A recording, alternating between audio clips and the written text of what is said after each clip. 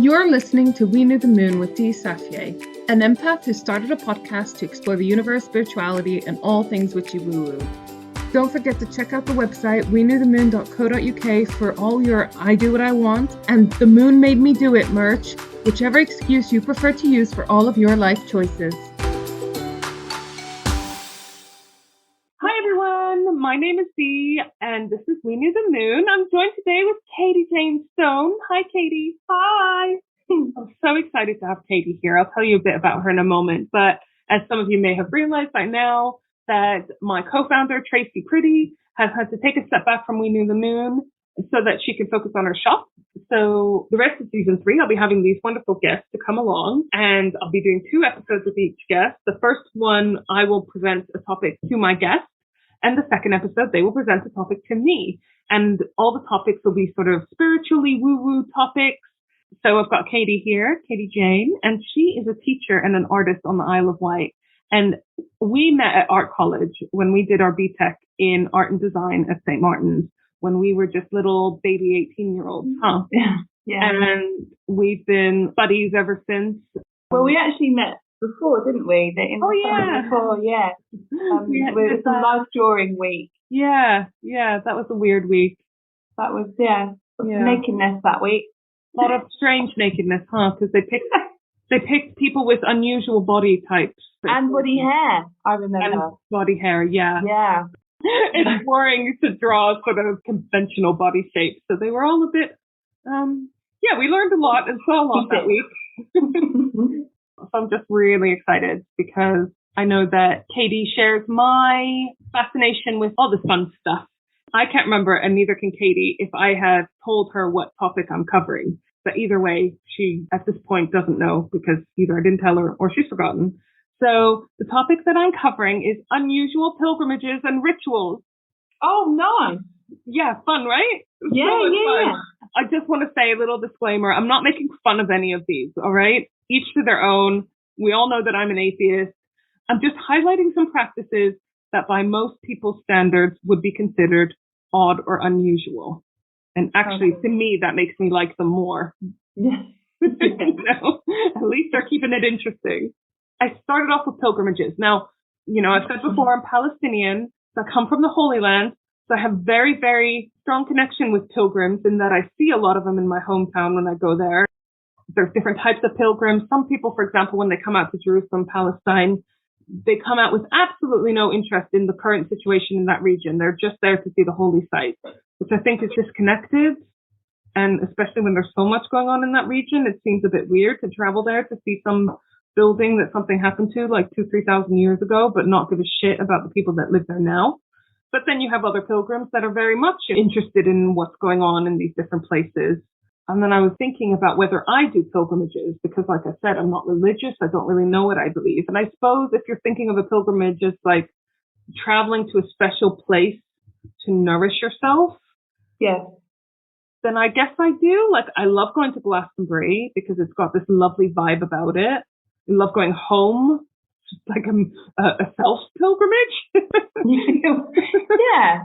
I did once go with my parents to the city where they lived, where I was born, and my dad did point out window in this block of flats, and he said, that's where you were conceived. So I suppose that's like a pilgrimage. I don't know why he didn't just say that's where we lived. Maybe it wasn't where they lived. I don't want to think about this anymore. Anyway. It's just a mate's house. Yeah. Party.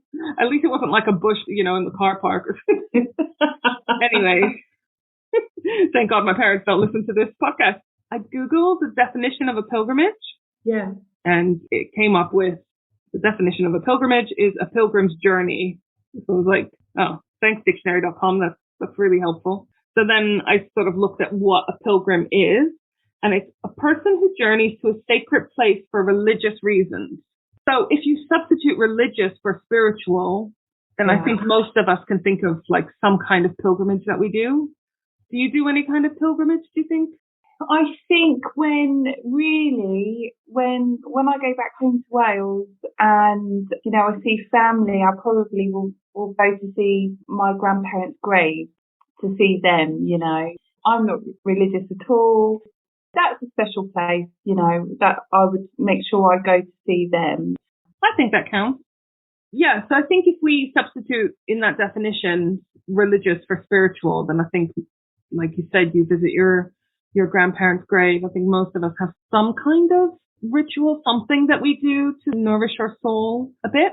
So yeah, now I wanted to get into the weird shit, right? So I Googled weird pilgrimages and I found this article on Vice.com called Weird Pilgrimages, Why Scientologists Flock to East Grinstead and Other Strangely Specific Holiday Destinations.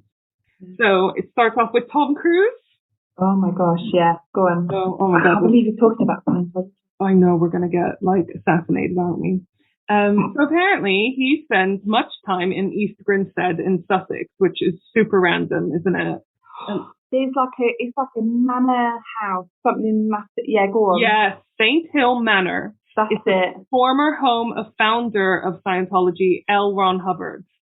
Yeah. I didn't know that. Have you seen it? Yes. With your eyes? I'm obsessed with Scientology. I know, me too. Oh my gosh. I'm like, they know that we're talking about this. Yeah, I know. Have you watched their YouTube channel? No. Yeah, they got a YouTube channel. Oh my God, okay, I'm checking that out. Just don't sign in to watch it because they might know you watch it. I know, that's what I'd be scared of. So Tom Cruise is trying to make it a focal point of the religion. So already East Grinstead gets loads of Scientology pilgrims, and if he succeeds in raising the importance of this manor house in the eyes of the religion of Scientology, then there's going to be far more Scientology pilgrims to East Grinstead. Just so weird. I don't know whether East Grinstead is going to be happy with that or not, but it for sure will help their economy. Yeah. Wow. With it? I don't know. Well, I don't know. Do they go out for coffees and stuff? I don't know. I thought, that rates quite highly in terms of weird pilgrimages. Yeah. The next one is in a place called Saborga, Italy. Now, already the place of Saborga is unusual. The Principality of Saborga, it's on the coast, not far from Nice and Monaco. So, the coast of Italy in the north, along the Mediterranean. And it's a self-proclaimed independent state with its own flag, currency, and missions to the UN. Wow. So I was already what the fuck? Yeah. I had a little look at wiki facts about it. It's under 5 square kilometers. So it's tiny. It's got a population of 315. And it's my school is bigger. Yeah. That's hilarious. I think there's more people living on my street. It's mainly agricultural. In the early 1960s, Giorgio Carbone, the head of the local flower growers cooperative, began promoting the idea that Saborga and its surrounding territories should become independent from Italy. Carbone claimed that Saborga had existed as a sovereign state of Italy since 1954, and that from 1079 it was a principality of the Holy Roman Empire. So the current ruler of the Principality of Saborga is Nina Menegato, who has styled herself as Her Serene Highness Princess Nina. I love. It sounds like a drag name. It does. So that already is strange. But now this is the even stranger thing. This location is really popular with manga and anime fans. What? I have nothing against manga and anime, but I don't know any of it about it at all. But apparently, Saborga is an anime character, and many fans come to visit this region to learn more about him. I'm going to have a look now. Yeah, have a little Google. Yeah. Have a little Google while I tell you this quote from the Vice article that I love. Just what they hope to learn from their trip around the tiny Italian separatist village is a mystery, but the attraction cannot be denied. So, apart from him being named after this area, I don't think it's got very much to do with him. But I want to know what their gift shops are like. Loads of anime dolls out of the middle. Because imagine you didn't know about this link and you just stopped there and there's all this anime shit. I was getting a little bit disappointed by this article in Vice because I kind of wanted, I don't know what I had in mind, but I wanted more. I wanted more from my weird pilgrimages. I had high hopes for the rest of the article, though, because I came across Interlaken in Switzerland, which apparently is a weird pilgrimage for Bollywood fans. I love Bollywood ever since I was 17, 18, and I had my first job at Hounslow Council, and I used to work with a lady called Poonam, and she used to take me to Felton to watch Bollywood films, and they were just always so much fun. They're just so joyful and fun. They're just like real proper escapism, right? Well, I think the early 2000s, it must have been, like when we were studying, there just seemed to be a bit of a push on Bollywood stuff, because I remember me and Holly. I know what you're going to say. We got a Bollywood workout video. And I got it on your recommendation.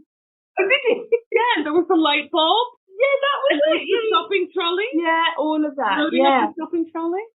So there's this famous director called Yash Chopra, and he went to Interlaken on a honeymoon and fell in love with it. So he featured it in a few of his films. So as a result, thousands of Bollywood fans travel there every year. They even named the train after the director. Oh, no way. Which is now my life goal, to be so important somewhere that they named the train after me. And there's a statue of him there as well. But again, I'm still like a little bit disappointed by this article and these pilgrimages, because I thought, it's not that weird watching something on TV and thinking, oh, wow, that's really pretty. I'm going to add it to my list of places to go. I mean, that's why I watch Coach Trip, you know? Oh, yeah. So I was getting a bit confused because I wanted like the really sort of doom and gloom pilgrimages to come up. Anyways, then I found the pilgrimage, I found one to do with Rastafarianism, because that one always kind of confused me a little bit in that its links to Ethiopia seemed a bit random to me. And now I understand why. Because you associate it with the Caribbean. This is where it came about. There was an iconic Pan-Africanist, who I think is just like a scholar who specializes in Africa, who inspired Jamaicans to look upon the continent of Africa and see their savior as Emperor Haile Selassie of Ethiopia.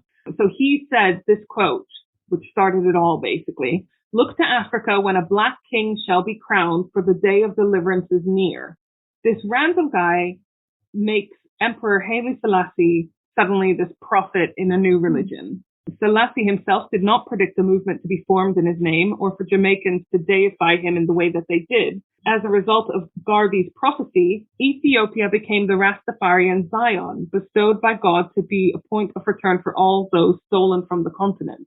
So all of these originally African descendants that live in Jamaica, they see Africa as their homeland, but now it's their spiritual homeland, with this king in Ethiopia as almost their god. The Rastafarians were granted the town of, Shashimemeni by the confused but grateful Selassie, is the quote. I mean, you would be. You wake up one day and suddenly there's a religion worshiping you. I mean, it's my dream. It's fine. Totally fine. And they remain there to this day, farming the land, attending church, and smoking marijuana. I'm quoting from the article. The coronation of Selassie didn't usher in the day of deliverance that Garvey promised, but it landed some Rastas a pretty sweet setup. That is the link between Ethiopia and the Rastafarians in Jamaica and in other places now. But as a result, this town of Shashimemeni. Hey Google, what do you call the Rastafarian town in Ethiopia? On the website vanityfair.com, they say, drive 155 miles south from Addis Ababa, Ethiopia's capital, and you'll find yourself in a little patch of Jamaica, where dreadlocked Rasta settlers, many born in the Caribbean, have now made their home. Welcome to the community of Shashimen. Shashimen. So these pilgrimages were getting better, but I realized where I was going wrong. In my mind, pilgrimages include an element of suffering. Back in the day, it used to take like 6 months to 2 years to walk from Europe to Jerusalem, which is why you have like the pilgrims hospitals along the way in France and so forth. Why you have like the St. John the Hospitaller monks. You know, they set up hospitals in Palestine, because by the time these pilgrims got to Jerusalem, they were fucked. But actually, any of the official descriptions of pilgrimages didn't indicate anything about suffering, so I was disappointed. You know, because I was thinking of like kneeling pilgrimages and stuff like that. But it seemed to me like all these pilgrimages were about flying somewhere quite nice with nice weather and enjoying the sights and comfort, which I thought was like boring. So I reached out to my friend Angus, who knows everything about religious history and who I hope to have as a guest on here soon. And he said what I was actually thinking about was penitential pilgrimages, i.e. pilgrims you do as a penance. Yes, yeah, that makes sense, yeah. My family are Catholic, and that's the religion that I'm most familiar with. But, you know, you'd go to confession, and if you did something bad, the priest would tell you, as penance, say 5 Hail Marys and apologize to the person or whatever. Mm-hmm. So back in the day, if you did something awful, you might be told by a priest to do the pilgrimage. So a lot of these pilgrimages, you didn't choose to do them. You did them to make up for a crime. Yeah. And the lengths that you went to or the amount of suffering you had to endure depended on the severity of your crime. So I was like, yeah, that's getting better. But these kind of penitential pilgrimages are much more to do with like the Middle Ages. We don't really have them as much in modern day. So if a priest told you, right, if you want to be forgiven for your sins and go to heaven when you die, you have to do X, Y, and Z. You know, it wasn't obligatory. You didn't have to do it. But then if you were a believer, you would believe that you were going to hell if you do it. So if you've gone to the point of confessing your sins to a priest, you're probably a believer and you'll probably want to listen to what they do. So it's more like a jail sentence almost. Yes. So, for example, in 1319, Roger de Benito was sent to Rome, Santiago, and Jerusalem for the murder of a bishop. So if you committed murder, it was common to have the murder weapon hung around your neck throughout the pilgrimage. So, you know, my advice there would be pick a light weapon. Oh, also don't murder. Yeah. What would be more convenient to carry? Don't do it. Yeah. Also don't do it. Then you don't have to fucking walk anywhere. If you're guilty of heresy, you might be expected to wear 2 yellow crosses on your front and back. I guess that people would see you coming. Part of the pilgrimage was that you would get abuse hurled at you. That was part of the punishment. Found this really interesting article on BBC Bite Size, and it was about the Shrine of Our Lady in Walsingham.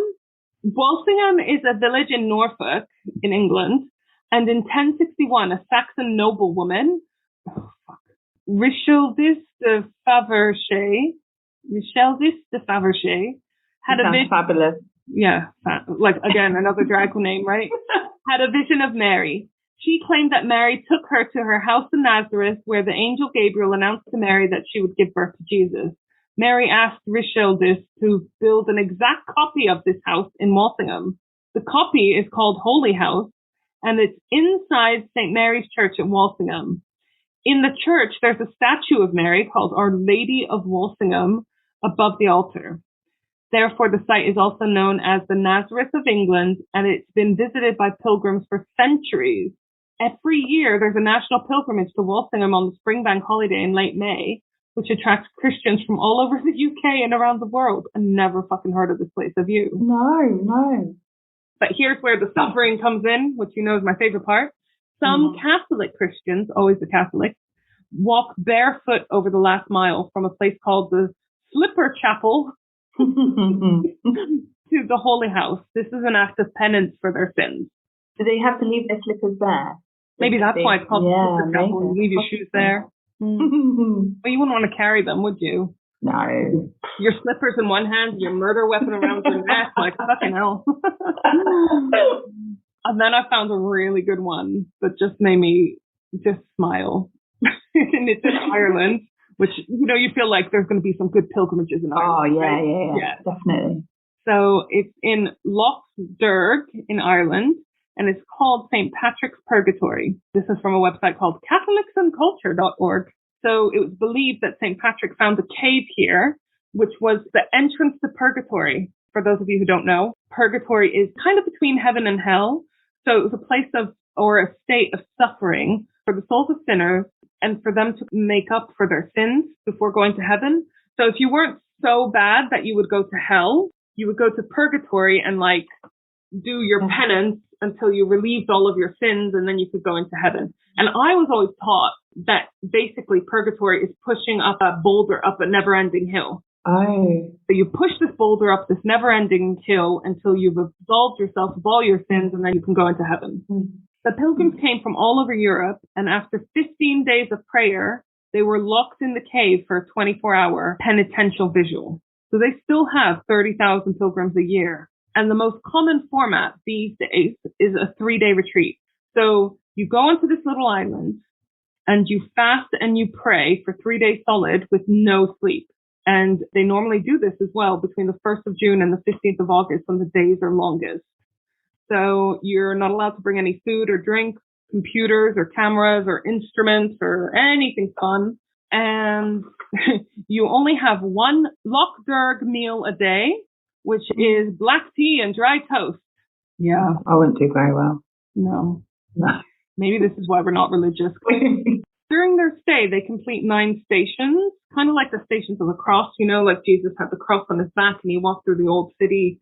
He has to carry his own cross to the place where he was crucified. But here you're sort of walking in circles along paths in and around this church on this small island, repeating the Hail Mary and Our Father and other such prayers. I kind of feel like if you have 3 days on a tiny island with like views of the open sea, nothing but walking, no sleeping, no eating, and like basically chanting, it's going to affect you in some way. Yeah, it must do, surely. You're going to have some kind of hallucinations or realizations or epiphanies or whatever. I mean, maybe that's it, you know? You've got like the sweat lodges and the ayahuasca trips and stuff. Maybe this is like the Catholic way of getting into sort of an altered state of mind so that you're more open to the divine or whatever. Yeah. The most famous Penitential Pilgrimage is actually Henry II. You remember he was the one that accidentally got Thomas Becket assassinated. He was the one that said something like, oh, will anyone rid me of this troublesome priest or something? And some of his lackeys heard and went and killed Thomas Becket. But he didn't really mean, apparently. He got told to walk barefoot to Canterbury Cathedral with monks striking him. And then I had to include Angus's commentary because he's texting me some of these pointers. And he said, that's almost exactly what I would have made Tony Blair do after his mass illegal murders when he wanted to convert to Catholicism. Agreed. There's also Fatima in Portugal.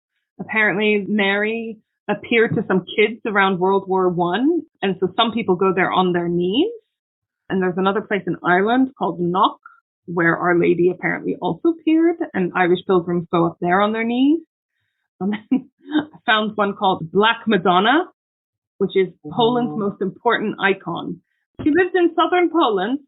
During every August, tens of thousands of people journey to this area, some people walking hundreds of miles to pay respects to her. And then the one that I have heard of before, because I worked for a charity that had a lot of Christian supporters, and a lot of them, bless them, would do this kind of walk, this pilgrimage, in part or in full, to fundraise for the charity, which I thought was adorable. Like a sponsored walk or sponsored marathon, but with a religious theme. And that's the Santiago de Compostela, where pilgrims can go literally from Poole in Dorset to the port, then walking. And there's a cathedral there, which has a big thurible. This is from one of my friends who's also a Catholic who told me this. What's a thurible? Yeah, that was my question. So Sir Vincent Bean told me this. It's the thing that they put, like the charcoal and he described it as the bells and smells of High Mass. You know, like the frankincense or whatever. Yeah. Like what they swing. Yeah, exactly. Yeah. Swing it.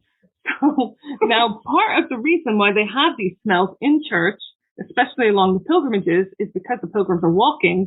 Their hygiene is not great. And so basically they stink a bit. It's air freshener. Yeah. So that's why, and in Mass, you do these things to kind of like have a smell masking bad smells. So apparently there's this giant one hanging from the ceiling in the cathedral in Santiago that swings because they've walked all the way from England, some of them, and so they pong a bit. And then the idea is that after the Mass, you then go back into the sea and throw your clothes in the sea and put on fresh clothes. Oh. You'd want to, wouldn't you? Yeah. I like the sea part. Yeah, that sounds nice. Going to the beach. Sounds nice. So then I moved on to rituals, and I was like way more satisfied with my search results for unusual rituals. Because, you know, once I realized they don't really do that many penitential pilgrimages anymore, like, where's the fun in that? But the rituals, fucking loads of them. So I found an article on scoopwhoop.com. They listed a few. I mean, there's one, a funeral tradition in Madagascar where the Malagasy tribe dance with their dead. So they dig up the dead bodies. They redress them in fresh clothes. I couldn't find out whether they did any kind of embalming, so what state the dead bodies were in. They put them in fresh clothes and they dance around the tomb to live music. And they do this once every 7 years. Every 7 years? Yeah. It did say that this ritual was decreasing in popularity. I'll put here in my notes, I wonder why. Oh my gosh. Yeah. It's quite cute as well, though. I mean, it is adorable. Then there's the ritual of throwing the baby in Karnataka in India. Newborn babies are thrown off a 50-foot high temple and caught by the family in a cloth at the bottom. No. It's believed to bring good luck to the babies. Yeah, because if your fucking baby survives, you're lucky. Oh, gosh. What, that's still done now? No. Yeah. That's an old one. I have to Google. All right, so apparently it's now illegal, and they haven't received any reports of baby tossing since 2010. God, still. 2010. Yeah. Oh, could you? No. If that's how you've been brought up and that's how you think, gosh, this is going to be the best. I don't do this, my baby will be unlucky in life. Exactly. It just reminds me of some sort of seabirds. They have their young up quite high up in the cliff. And then, you know, the mum's like, right, I'm ready to go. Come on, guys. And they've got to take that lead place, these little chicks. And I can't watch it because some of them, they hit the rocks and that's it. They're done. And you just like, it's how it is, isn't it? It's some scary shit. This is a bit more lighthearted. In Bangkok, there's the Monkey Buffet Festival. It's an annual event where over 3,000 kilograms of fruits and vegetables are displayed for the monkeys to gorge on in Bangkok. I've seen pictures of that. That's just beautiful. Oh, it's adorable. That's the lighter one. And then we go back the other way, eating the dead's ashes in Venezuela and Brazil. The Yanomamo tribe from Brazil and Venezuela eat ashes of loved ones to remember them forever. Oh. It's like a nice sentiment, but also, ew. Yeah, but I don't know. I would, depends what would you make? You wouldn't just have a spoonful of ash. That'd be dry. No. Maybe you'd make, what I would do is make their favorite food. Yeah, well, you would ask. You would say, look, when I go, you need to make me into a nice bread, I think. Yeah, or like an apple strudel or something would be quite fun. Yeah, that'd be good. Yeah, it'd have to be something with quite strong flavor because you want to mask the kind of dry chalkiness, I guess. Yeah. Or choose something that you know everybody else hates, but you've got to know that's my wish and you have to eat it. Yeah. It's like final fucking kick in the teeth. There's lots of weird things about what people do with the remains of loved ones, you know, like some people have the ashes in an urn in the house and other people might think that's strange. My auntie, she has the ashes of both my nan and my granddad. But what was really weird, no one was ever allowed in her house. She's like a bit odd like that. And she only put stuff in the middle of the kitchen floor because I don't know why. She's, bless her. She'll just get a little camping stove and cook in the middle. And you couldn't even when I was really little, Mum said we all had to sit out in the garden and she wasn't happy that I was toddling and I needed to go to the toilet and she was just like, ooh, it was just like no one was allowed in the house. And then when my nan passed away, she wanted the ashes and it was all agreed, yeah, that's fine. But then we realised that he's got granddad's ashes and he's still not allowed in the house. What? Where is he? In the shed? He's in the garden. We were like, what? So no one's still allowed. But she did decorate the ash urns with loads of sparkly stickers, so it was really sweet. Yeah. The next one is from Scotland, Blackening the Bride. No. What do you mean? No, it's not blacking up like. Oh right. Okay, yeah. But it's still not great. Throwing eggs, spoiled milk, and basically all things disgusting at her. The blackened bride is then taken round the town. The custom is a metaphor for the tough life that the bride might have to go through after the wedding. Oh, gosh. Well, that's not okay, is it? Why don't they make the guy do it? Yeah. You know what I mean? Like, yeah, well, it should be bride and groom. This happens to me, this is going to happen to you. Yeah, marriage is shit for the both of you. Yeah. Rather than like, oh, it's a hard life being a married woman. Fine for a guy, because he gets a substitute mother. Yeah. Here's another one that is definitely unusual. Finger cutting when someone dies in Indonesia. The Dani tribe in Indonesia, when a family member passes away, the women from this tribe, again, why always the women, have to suffer physical pain besides suffering from emotional grief. And to do so, they cut off part of their finger to satisfy ancestral ghosts. What finger would you choose? Pinky, I guess. You know, you don't just lose one loved one, unfortunately, in your life. Because some of these women had like one finger on a hand. Oh, gosh. I would ask for my little toes, I think, at first. You're an artist. That's your career gone. All right, so you're dying, and also I have to fucking start claiming benefits because I can no longer work. I just become a mouth painter. They do really well anyway, so. They do really well, yeah. And then I found another article on allthat'sinteresting.com, which is nothing to do with unusual rituals of pilgrims, but I still thought it's worth a mention because it's an unusual church. And it's the Maradonian Church, which is the church of Diego Maradona, the footballer. The main belief of this church is simply that Maradona was the greatest soccer player in the history of the sport, and they pray to this fact. But then I was like, well, I'm even less likely to join that church because I don't like sports. There's a really, really good TV series, I think it's on Netflix, called Dark Tourist. Have you watched it? Oh, I've seen one, yes. So this is an article on dark tourism in alltherooms.com, and it's about the Sater Maui tribe initiation in Brazil. So at the age of 13, this is fucking awful, right? So I know we were saying that why do women have to do all this shit? But here's one that the guys have to do. To become a man, they have to prove their worth through this initiation ceremony. And lots of cultures have different initiation ceremonies, and some of them are more fun than others. Like a bar mitzvah is way more fun than what I'm about to say, for example. The boys have to go into the jungle and harvest angry bullet ants. Apparently one sting is meant to be 30 times more painful than a bee sting. And then back in the village, once they've harvested these ants, the chief elder intoxicates the ants with the herbal mixture, knocking them out just long enough to weave them into a special pair of gloves with the stingers pointing inward. When the ants wake up, the ceremony begins. The boys show courage by placing their hands into these gloves for 10 minutes each while being led in a traditional dance. The ceremony repeats 19 more times before the young boys can call themselves men.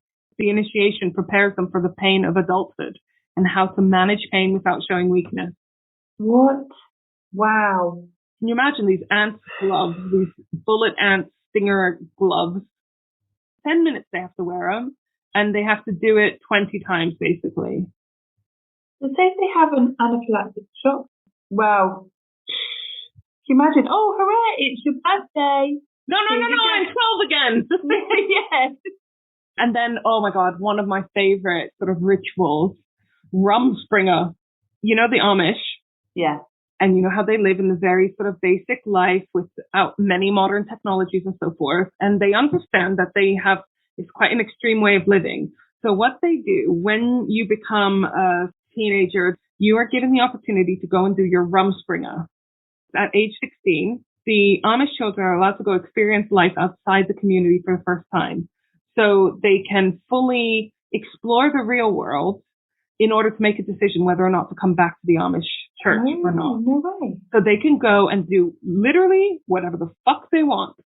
There's been a couple of documentaries that follow the kids on Rumspringa, and most of them don't do anything nearly as woo as you think they will. Yeah. But they can go to parties, they can drink alcohol, they can smoke. Don't know if they can have sex. For how long? How long do they get? I think it's for like a year. A year?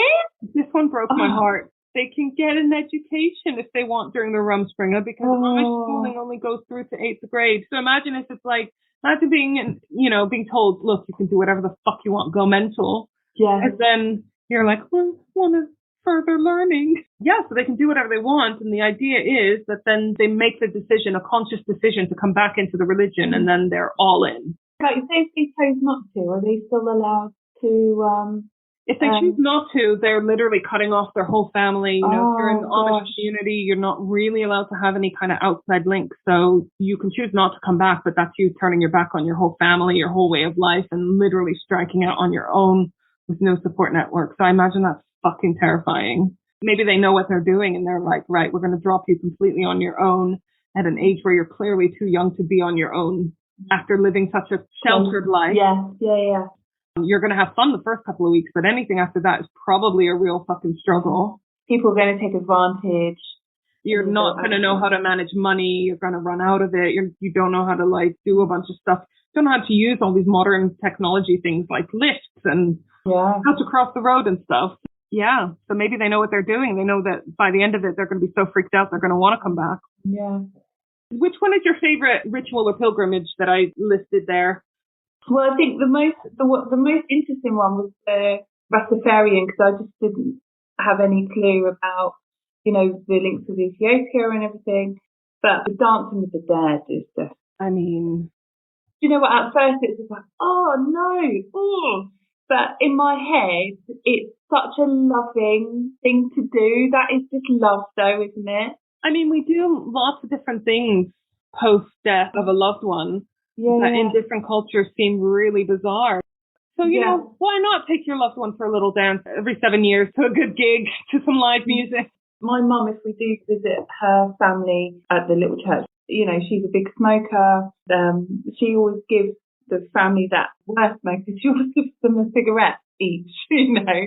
And I think that's really sweet. You know, well, it's like when you travel around like Thailand and Indonesia and places where they have little shrines to their loved ones and to their gods and so forth in every shop. You know, like my nail salon has one.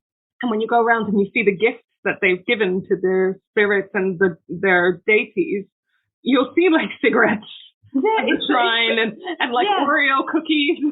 Yeah, definitely. Some family members and my partner, we went to Poland. And I didn't know that Jewish people put stones on graves, which was interesting. It's all interesting. And I like Mexican, you know, Day of the Dead, as it's a celebration. I think there are definitely some cultures that deal with death better, that make it less scary because they talk about it more as being part of that natural life cycle. So those are my unusual pilgrimages and my weird rituals. Oh, great. Brilliant. Thank you, Dee. So the next episode is going to be Katie coming back and joining me and presenting a topic to me. Do you want to tell me what your topic is? Okay, yeah. It's going to be spirit animals and animal symbolism. So that's what that's going to be. All right. So we'll see you next time to learn all about Katie and animal spirits and stuff.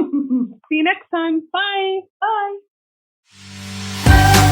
If you want lots more fun, moon info, and all things spiritual, plus our merch shop, please visit our website, weknewthemoon.co.uk. And if you want even more, head over to our Patreon page, patreon.com/weknewthemoon, and check out some of our bonus content. We're also on Facebook and Instagram at we.new.the.moon, and we're also on Twitter at weknewthemoon1. See you next time!